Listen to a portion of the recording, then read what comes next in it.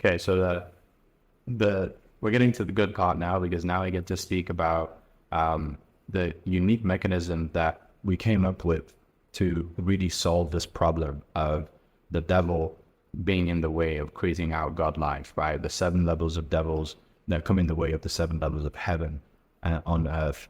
And so the thing that I'm so happy and grateful right now to share with you is something that I downloaded, something that came to me through Source and really was just an absolute, like, it was genius. That's the best way I can describe it. And this was the 7 keys of truth for the God life. And the way that it works is that every single one of these keys is a key of truth that will set you free at every single level and unlock that next level. Because what you need to unlock a lock is a key. And so we're going to give you the keys to every single one of these levels and help you understand at what time, what point that you need to leverage this key to unlock that next level. And it's really, really simple. Like, it's not overcomplicated. It's all going to make sense. So make sure you follow along, take some notes, and really understand what the keys are that you need right now to unlock the level where you're experiencing the challenge and the struggle as to where you are currently. And so the first level is where you can unlock the key of spiritual connection. The key of spiritual connection, because what this does is it puts you into a place of being in alignment, right? That's what I was saying about you being out of alignment with truth, out of alignment with your purpose, more specifically. So if you're out of alignment, then that means that your heart has been put a lock inside of that, and you need to be going back into and stepping back into your purpose, putting that attention back into your purpose, that full focus, that full passion, giving it everything that you've got with your heart, right? Because the heart is responsible for 95%. The subconscious is responsible for 95% of everything that we do. And so if you have that key of spiritual connection, then what you are doing is you're letting the divine into your heart through introspection. And those certain things that I'm going to speak about in the future videos that will actually help you in getting the keys of spiritual connection and doing it so simply. It's not going to be a difficult thing of, oh, I've got to look on the internet, I've got to go and, find some coaches or whatever.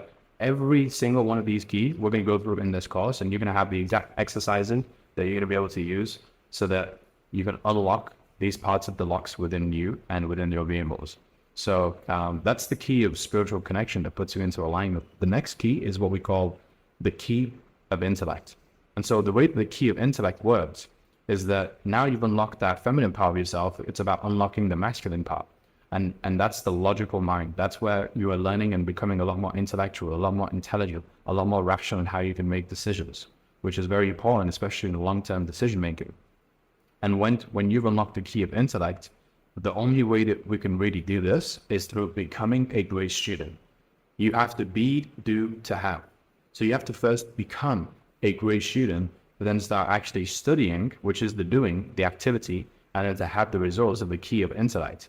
And so that's the next part that you've got to get to. And once you have them, you have the marriage of the two together, the marriage of the conscious and the subconscious. Now it creates the superconscious. And once you have that superconscious, then you get to experience from that as a knock-on effect the next part, which is growth.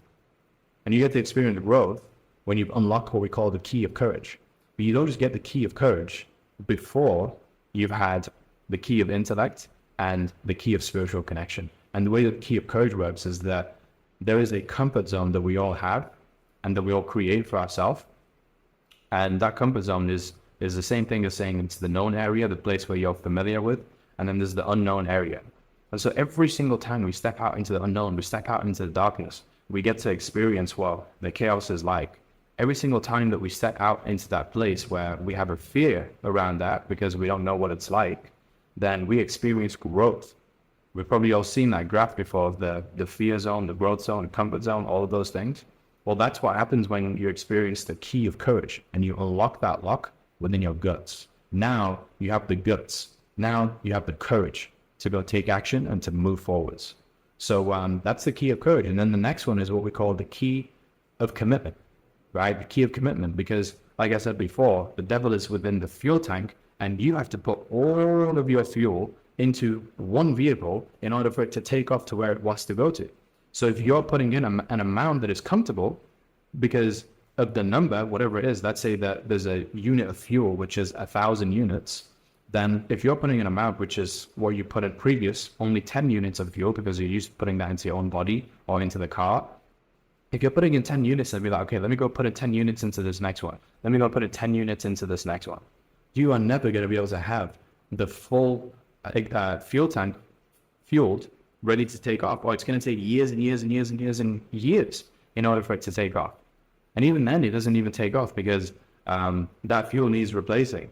So in terms of the way that you want to have it to go is that you just go all in with that particular thing and being committed. And the best analogy that I can give here that will explain a little bit more as to what you have to really look at this to understand how this works is that your success is dependent upon how much you're willing to have the right foundation set in place, in the same way that if you're going to marry another person, then you have to make sure that at first there is a commitment that's been made. And even before that, the precursor to that, to being married, what people don't understand is that your singleness is more important than your togetherness. So who you are as an individual is going to determine what your relationship is going to be like. So if you have baggage on your own, then it's not as if being in the relationship is going to remove the baggage, is going to be the antidote to the problem. Being in the relationship is just going to expose the baggage even more.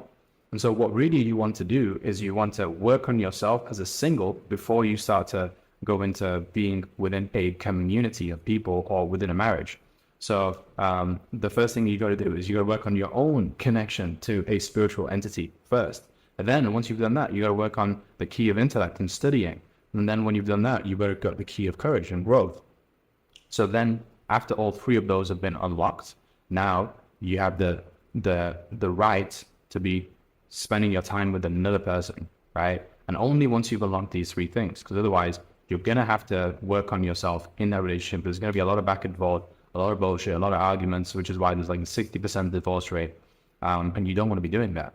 You want to be the one who knows from the very beginning that this thing is going to work. This marriage is going to work. And you can have that certainty when you worked on yourself as a single person instead of a double or together. So when it comes to marriage, like commitment is the first thing, right? You got to have an engagement. You got to have an engagement where you put the ring on the finger.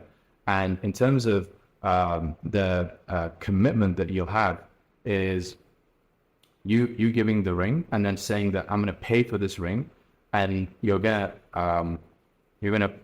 invest into not only that, but invest into the wedding itself, right? You're gonna invest into bringing people together, all to have this huge ceremony. People spend thousands on their weddings. Not saying that you have to do that to have a great marriage. What I'm saying is that there has to be a commitment of your time, commitment of your energy. And what really commitment means, if you look up the definition, is removal of freedom to act.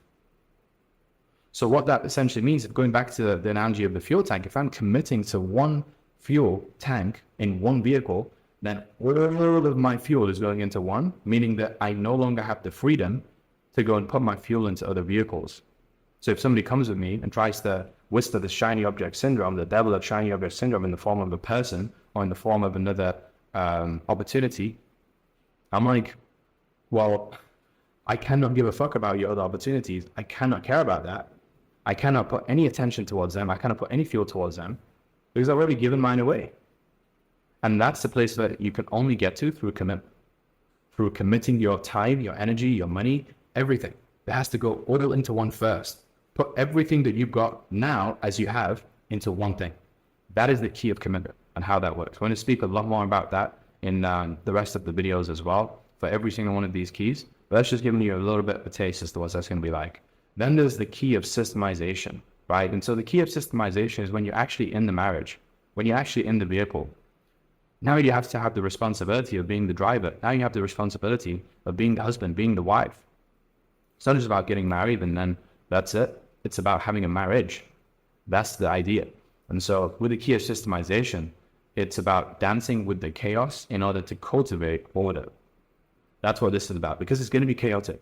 It's going to be really tough. It's going to be, you're going to have differences of opinions in a marriage. You're going to have in a vehicle, they're going to have certain things. It's going to be like, wow, what's all this going on? These are just random buttons. I have no idea how to touch these in the right order or whatever. That's the chaos. And so you have to be able to merge with the chaos. You have to be able to dance with the chaos and become the person who can put this chaos into being organized. And that's what happens with the key of systemization and doing that yourself. After you've had a great marriage, the next thing that you're going to be thinking about is, okay, now we're working well together in harmony as a couple. Well, what if we now had a child? What if we now had another person that we can bring into this and we can teach them all the things that we've learned in our life and pass that on to them? So then you start working up with a child and now you create a family. You might have a few children. You're passing on the knowledge, you're passing on all the things that you've learned. And so this is what we call the key of duplication. The key of duplication is where you are being able to have more productivity, right? Because I'm thinking back to like what it was like me growing up, my family, my parents, they would make me do certain things in the house, like cooking and cleaning, because then it takes on a little bit of the responsibility off of them so they can focus on the bigger things, the bigger picture. So, yeah, the key of duplication is that it allows you to get your time back and then also to focus on some of the things that you really enjoy, or the things that will allow you to become even more productive, even more impactful. So that's the importance of the key of duplication, is now it's about the reproduction of your personal results through teaching other people. So it's not just about reproducing yourself biologically, it's about literally reproducing yourself spiritually as well, who you are at the core. And then the next one is the final one, which allows you to go from not just having a family, but now having a community of people who are outside of your blood family, but you are now a non-traditional family. It's now like your extended family, of where these people also want to learn from you. These people also can have contribution from you, as that you're helping them, providing them opportunity, providing them resources. And you get to experience this community when you unlock what we call the key of contribution, right? So the key of contribution is simply pouring from your abundance into other people's causes. Because if you have a lack of something, this is what I see a lot of people do. They come to us and they're like, I want to create generational wealth. I want to be able to give to charities. I want to be able to set up mosques and churches and these different things that are going to really help people who are homeless and people who need the help the most. Like, great. But where are you going to pour from? Who are you going to have to convince to go and contribute towards the cause that's important for you? Because that's what's going to have to happen, is that they're going to have to pour from their abundance, but you don't get to pour from your own. And so my belief is that every single one of us, if we have that desire to help the world in some unique way, then we should have also got a responsibility to have an abundance that we can pour from. And then from our abundance, we can pour abundance.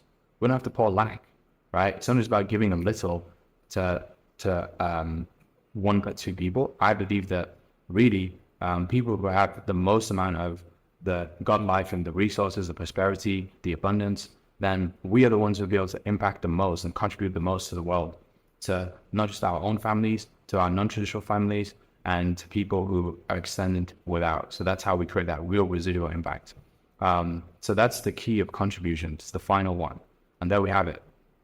The 7 keys to the God life. I came up with this system, this unique mechanism, and I really do want you to understand now that when I first started out my journey, I never had anything like this. I never had something that was so structured, that was just so simple, so straightforward, so straight to the point. It made sense. It connected with me on so many different levels. Like, I never had this, and I just want you all to understand like how lucky you really are to have it all laid out in step-by-step like this, and know that from the very foundations, like, you could have that successful marriage. This can genuinely help you with your marriage. It can help you with like going from A to B if you wanted to. But what is really going to help you out with is experiencing your God life at every single level, and just, having a different level of joy, fulfillment, success, abundance, prosperity, heaven in every single way that you can think of. And I'm super excited for you to start implementing these keys, to start learning a little bit more about how we can implement them, because we're going to go into the details. This is not just going to be like a thing of teaching you what they are. You have now invested into yourself, and I'm going to go through every single one of them as to how you can implement them, what exercises we can be doing, and it's going to make so much sense. You're going to understand exactly where you're going wrong, and you'll be able to take this with you for the rest of your life. So yeah, we'll go on to the next video as well. The next series of modules where we're going to go through a little bit more depth as to how to be utilizing some of these keys from the very foundations all the way up to the top layers of key contribution. So yeah, excited for you. We'll see you on the next one.